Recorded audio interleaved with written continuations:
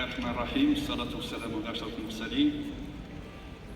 Excellences, Mesdames et Messieurs les ministres, honorables participants, Mesdames et Messieurs, tout d'abord, je vous souhaite la bienvenue et je suis très heureux d'accueillir chaleureusement Leur Excellence, Mesdames et Messieurs les ministres et les honorables participants venus de pays frères au Royaume du Maroc. Je vous adresse mes vifs remerciements d'avoir répondu à notre invitation pour prendre part à cette rencontre sur l'eau, l'environnement et la sécurité alimentaire qui marque la deuxième édition de la conférence africaine sur la réduction des risques en santé et en même temps la première édition de la conférence Sud-Sud sur la réduction des risques en santé. Monsieur le chef du gouvernement donnera l'ouverture officielle cet après-midi. Alors le panel de ce matin traite de la sécurité alimentaire en Afrique et dans le monde avec une focalisation sur les stratégies de réduction des risques.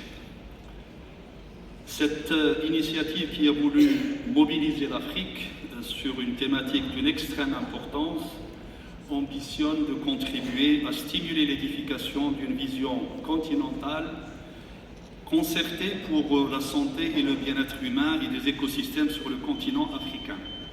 Dans le contexte mondial actuel, notamment ceux liés aux conséquences de la crise sanitaire du Covid-19, au changement climatique, aux crises géopolitiques, avec des chocs économiques causant des fluctuations des marchés mondiaux de produits alimentaires, des perturbations des chaînes logistiques et des filières de production à l'international. Il y a de toute évidence un nexus entre la santé, l'environnement, l'eau et l'alimentation, qui sont des domaines étroitement liés de façon positive ou négative.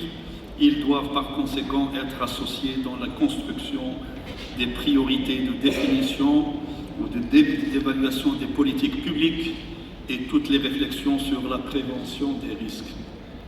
Dans le contexte que vit l'humanité tout entière, la vulnérabilité de nos systèmes alimentaires est encore une fois clairement dévoilée et exacerbée par les répercussions de la violence des changements climatiques entre sécheresse, inondations, faiblesse des pêcheries et migration des poissons, etc.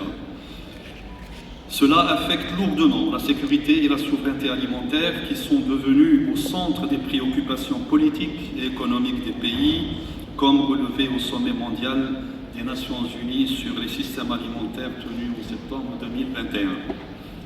La transformation de nos systèmes alimentaires et de nos chaînes de valeur agroalimentaires vers plus de durabilité et de résilience est aujourd'hui une priorité pour assurer une sécurité alimentaire durable et résiliente en Afrique, garantissant une préservation de l'accès à une alimentation salubre, diversifiée et nutritive, tout en préservant nos ressources naturelles et nos écosystèmes. Par conséquent, la situation exige de nous tous la mise en avant du potentiel crucial de l'agriculture pour le traitement de la fragilité des systèmes de production et des chaînes de valeur alimentaire. En effet, le développement de l'agriculture est de toute évidence une condition de la souveraineté alimentaire. Il passe par l'élaboration d'une politique agricole forte, efficace et adaptée à chaque pays.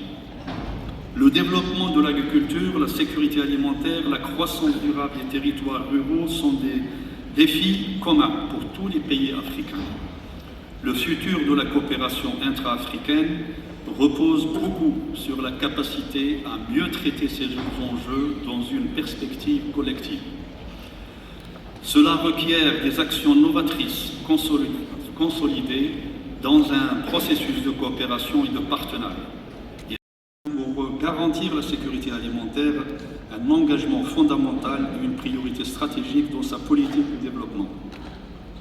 C'est ce qu'a voulu Sa Majesté le Roi, que Dieu l'assiste, en lançant le plan Maroc Vert en 2008, la stratégie Génération Green en 2020, qui a fait suite à l'horizon 2030 et qui est venu pour consolider les acquis, traiter les défis et pérenniser la dynamique de développement agricole et rural selon une approche intersectorielle intégrée qui s'inscrit dans le long terme et vise une agriculture éco-efficiente et résiliente.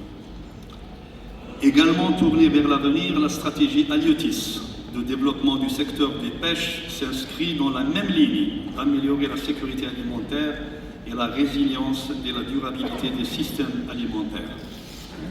Ces stratégies doivent assurer la disponibilité alimentaire en privilégiant la protection des ressources naturelles à travers leur utilisation rationnelle tout en s'adaptant au changement climatique. En donnant la priorité à l'élément humain, ces stratégies visent l'émergence d'une nouvelle génération de classe moyenne. Elles reposent sur la recherche agronomique et la recherche halieutique, qui est aujourd'hui plus que jamais un outil obligatoire du développement à travers l'augmentation de la production, l'amélioration des rendements, la préservation des ressources et ainsi que l'évolution des pratiques et des technologies agricoles et halieutiques. Notre modèle de sécurité alimentaire consiste à améliorer de manière durable la disponibilité alimentaire via l'augmentation et la valorisation de la production nationale de tous les produits alimentaires possibles en harmonie avec les potentialités territoriales. Ce modèle s'appuie aussi sur un ancrage au marché international, évidemment, notamment des cadres commerciaux préférentiels permettant une diversification des marchés d'approvisionnement en produits pour lesquels le Maroc n'a pas encore atteint l'autosuffisance et en